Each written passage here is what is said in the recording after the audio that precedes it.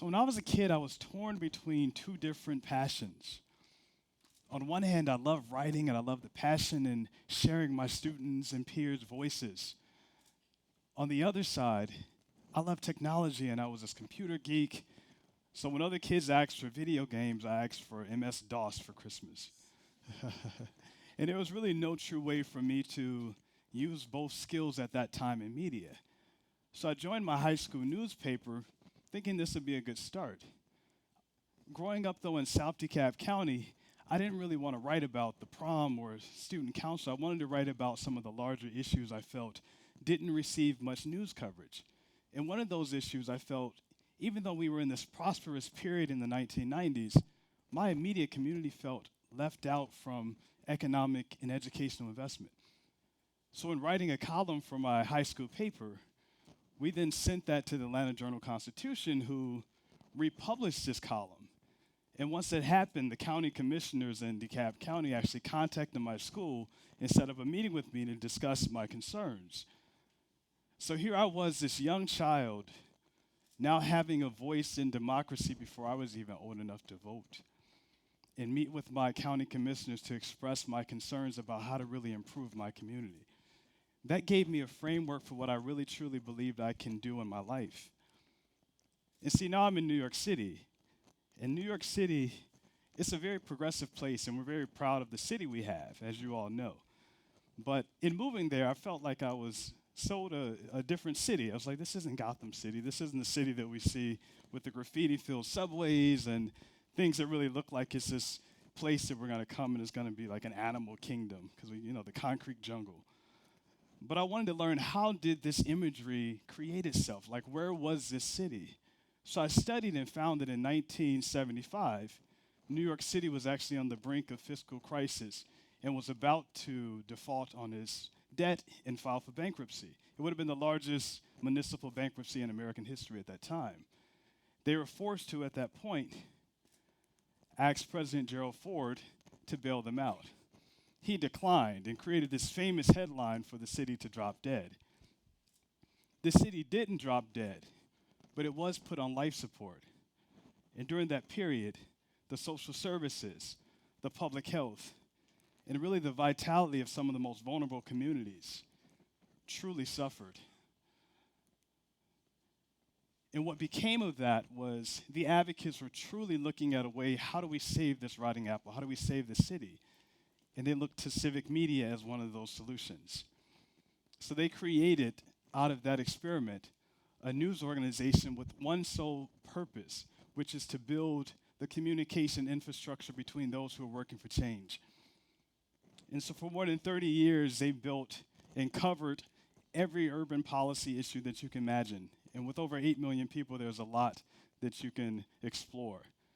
They even highlighted, before hip-hop was really a major thing, the birth of what was budding in the Bronx.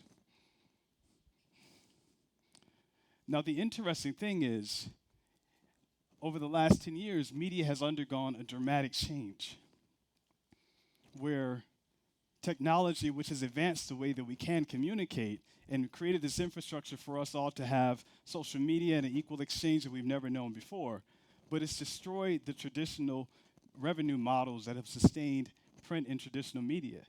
And you see in this chart where revenue sources for news organizations has plummeted by more than 50% just in the last 10 years. So what is the effect on that? That means newsrooms have had to reduce their staff to their lowest number in 35 years. And what that means for all of us is that there are less reporters who are now at your city hall and your community board meetings and covering the issues of your small business and your small communities. Now, for every dollar that we gain on the digital platform, we lose $7 in print media, so we don't see the situation getting better. Now, the opportunity for me has been that my passion with civic media that I harnessed while I was this young child in South DeKalb County. In my relocation to New York, I was granted the opportunity to now lead city limits into the next millennium. And New York, as I mentioned, has more than 8 million people. And yes, we're the media capital of the world, but if you think about it, most of our news organizations cover national and international news. And then the overall, you don't really see where the diversity of the city has really leveraged the benefit of our ability to connect. And what I mean by that is when you look at our civic engagement, our voter participation rates, only 1 in 5 of our voting age adults actually votes. Overall, only 29% of those registered to vote actually participated in our last mayoral election. Only 18% of our adults actually volunteer, which ranks us at the bottom of one of the least civically engaged big cities in the United States. And I truly believe that media, which enables us to be an informed democracy, creates stronger citizen engagement, which improves our overall democracy. So in New York, having a national media that's based in New York, but focuses solely on national and international news, it is really a need for us to really build and engage audiences in a way that we aren't currently doing. At the same time, with the fiscal crisis recently, New York now leads the nation in income disparities. We have more than 1.7 million people who are now in poverty, which the poor people in our city alone would be the 5th largest city in the country. And our homeless rate has skyrocketed with more than 50,000 people recently now living in our homeless shelters, which is higher than when City Limits was founded in the 70s. So my goal has been to really push technology as this framework to build a civic media platform that engages and informs the people who are really trying to empower our communities to make a difference.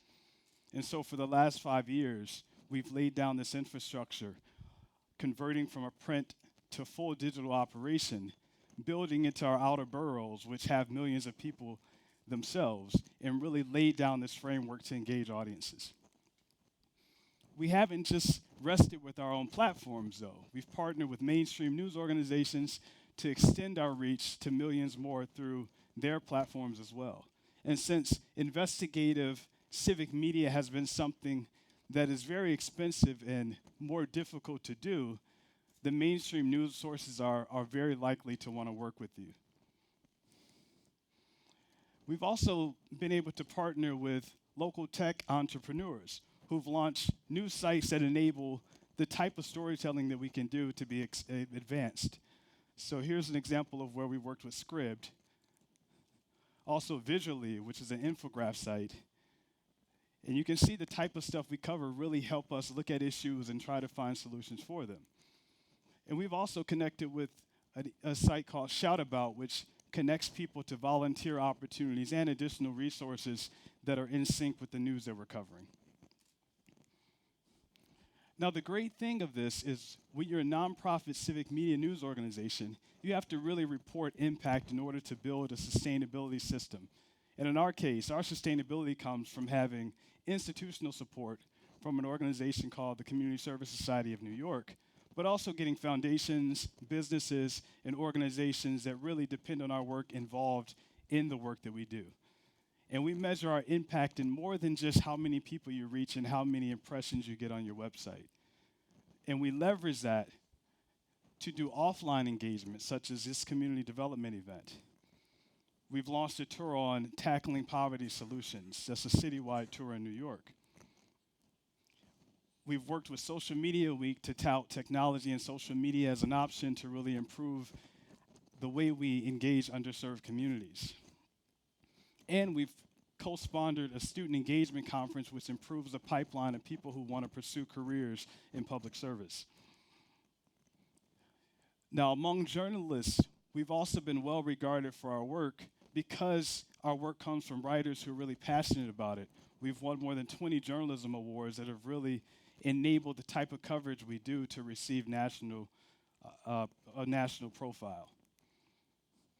And even the White House has been looking at how they expand their work to reach underserved communities. So I was fortunate to be involved in a conversation on how they can speak a language that really reaches even more people. Now, across the globe, as what we've done in New York and what you'll see is happening across the country becomes more of a model, other visitors who visited into the United States have wanted to learn from what we do at City Limits as well. So we've met with more than 35 different visitors from Bosnia, from Lebanon, from Jordan, from China, and Japan to really tout what we do and its impact that it can have on creating this healthy democracy. But we're not alone. So you have more than 100 different community-powered journalism organizations that have been created over the last few years that have been put in place to replicate and to fill the gaps where local media has failed. And communities can play a role in supporting and building and launching these type of organizations. So in my case, when I ride back through South DeKalb County and I now see the community and economic development that I once wrote about as a child, it brings joy to my heart to know that I may not have actually led to that development, but I officially was a part of the process that enabled that. And to be able to do that in New York City and see that across the globe, this is an idea that people are really grasping a hold of to really build the civic involvement of their own communities is a powerful thing and an idea worth spreading. Thank you.